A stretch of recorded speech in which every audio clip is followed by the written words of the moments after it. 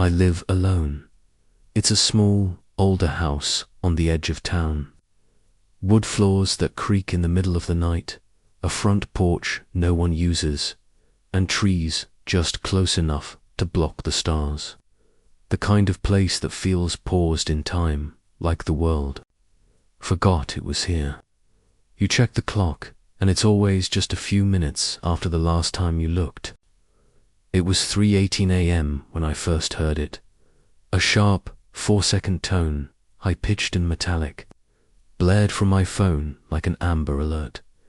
It came out of nowhere, jarring and too loud, cutting through the silence like a blade. Just the phone, no echoes. No outside sounds. The world beyond the screen stayed completely still. Then silence, heavy, artificial, like everything had turned off except my own heartbeat. My phone lit up a second later. Government alert. Do not go outside. Do not look at the sky. No explanation, no sound, just white text on a red background. I waited. A second alert never came.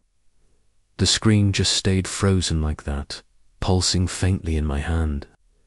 It looked like any other severe weather or Amber Alert, nothing fancy, but the silence that followed made it feel unreal. I turned on the TV, static, every channel except one.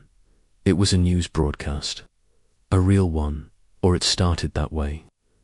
The anchor looked disheveled, tie loosened, eyes darting off screen like he was waiting for someone to stop him. We don't know what it is. People are disappearing, walking into the light, into the moonlight, and just vanishing, like they're being pulled apart cell by cell. Some of them come back, but they're not. He cut off, froze, blinked hard, then looked directly into the camera. Do not go outside. Do not look at the moon. Please, for the love of God, do not answer the door, no matter what you hear, no matter who it sounds like. Then the feed cut, replaced by a tone and that looping voice. This is not a test. Do not attempt to leave your home. Do not open your door to voices, no matter who they resemble. Wait for the second tone. Do not look at the moon. I laughed at first. It had to be a prank, some kind of elaborate hoax. But deep down, something was off, and the air had gone still. The sun didn't rise. At 7:43 a.m., the sky was still dark, but not night dark. It was stuck in that pre-dawn blue, like the world had paused on a single frame. My windows glowed faint silver, but not from sunlight. It was a cold light, wrong, like a floodlight behind frosted glass. I pulled the curtains and haven't opened them since. Around 9 a.m., someone knocked on my front door. It sounded like my neighbor, Andrea. Hey, it's me. You good? That alert, what the hell is going on? Her voice was almost right. The cadence, the pitch it matched. But it was like a machine imitating her. Something about it didn't carry weight. It didn't feel human. I didn't answer. She knocked for 10 minutes, called my name, said she was scared. I kept still. Eventually, she stopped. I haven't heard her since. By noon, the emergency channel had changed. They are listening. That's what it said. That was it. Spoken once every 60 seconds.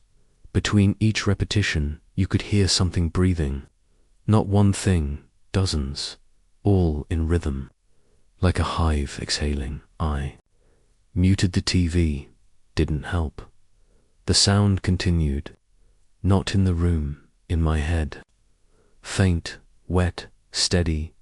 Phones lost signal around 1:30 p.m. Mine bricked entirely. The battery won't even charge. The landline worked once. I called my sister, got her voicemail, but the message was off, distorted, like it had been re-recorded or overwritten. I hung up before it finished playing. At exactly 3:18 p.m., 12 hours after the first tone, I heard it again, deeper this time, like a person humming, impossibly low. Then a new alert appeared on the TV. Confirmation received. Remain still. Moonlight is active. After that, the glow behind my curtains intensified. The floorboards seemed to pale beneath it. The light crept in, thin as needles, casting strange patterns across the hall. It had a sickly violet tint like bruised skin or lightning behind your eyelids. I made the mistake of peeking through a gap in the curtain. The moon had grown, at least 4 times its normal size. Wrong shape, wrong texture, like something trying to imitate the moon but getting the details just a little off. I haven't looked again. Around 6 p.m., I saw someone standing at the edge of my backyard, right near the tree line, just beyond the shadow of the house. Not Andrea, they weren't facing me, just standing there. Still then, slowly, they began to turn. I slammed the door shut, locked it, turned off every light in the house. Then I sat in the bathtub with a knife I forgot I even owned, trying to stay as small as possible. Voices came from the walls, the pipes, the faucet. They all used voices that sounded like my sister, my mother, my father, people I loved. But they were wrong, stretched, off pitch. It's safe now. Come see it. We miss you. I bit down on my hand to keep from responding. I don't know why. I just felt like answering might invite something in. Later, I heard scratching at the door, then whispering, not in English, not in any language, but I understood it, and it wanted in. I didn't sleep.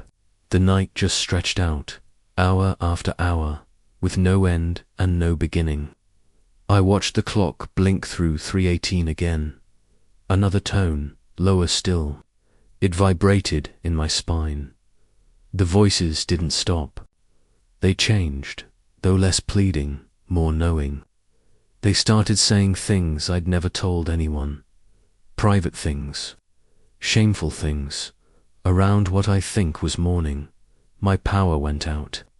No more lights, no more signal, just the glow behind the curtains, never moving, never changing. I haven't eaten. I haven't drunk anything. I don't feel hungry. I don't feel anything. At some point, I heard footsteps in the attic. Slow, deliberate, but I'm alone. I know I'm alone. A new tone played different, higher, almost melodic. Then came the final message I ever saw on screen. Just once, before the TV died, the listening has begun. Do not speak. A few hours later, I heard Andrea's voice again, right outside the door, closer than before. You're the only one left. Then silence, until something knocked 3 times. Slowly, and from the other side of the door, I heard another voice. It's okay. You can open it now. It sounded like someone I loved, but I couldn't tell who. It flickered between familiar tones like a record skipping through memories. I stood at the door for what felt like hours. That voice, the one outside, kept changing.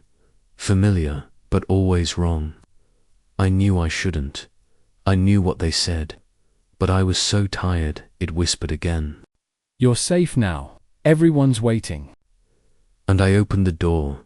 Light, not bright, not blinding. It was soft. Velvet, like it dripped instead of shined. The sky was gone. There was no sky, just that moon. No stars, no night. Just the swollen, pulsing thing pretending to be the moon.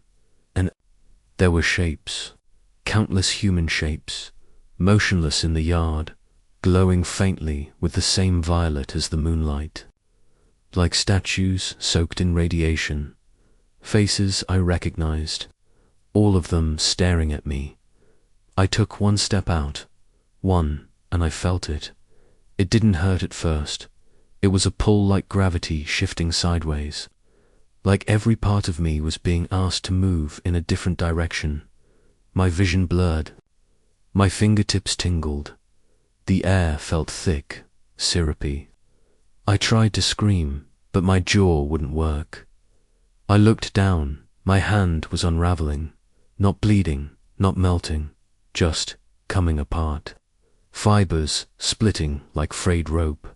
Skin sloughing into light.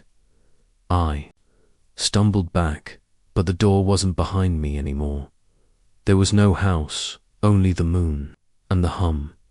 As my body came undone, I saw others open their mouths to speak, and inside each mouth there was only a tone, just a tone, rising, wrapping round. Me, listening.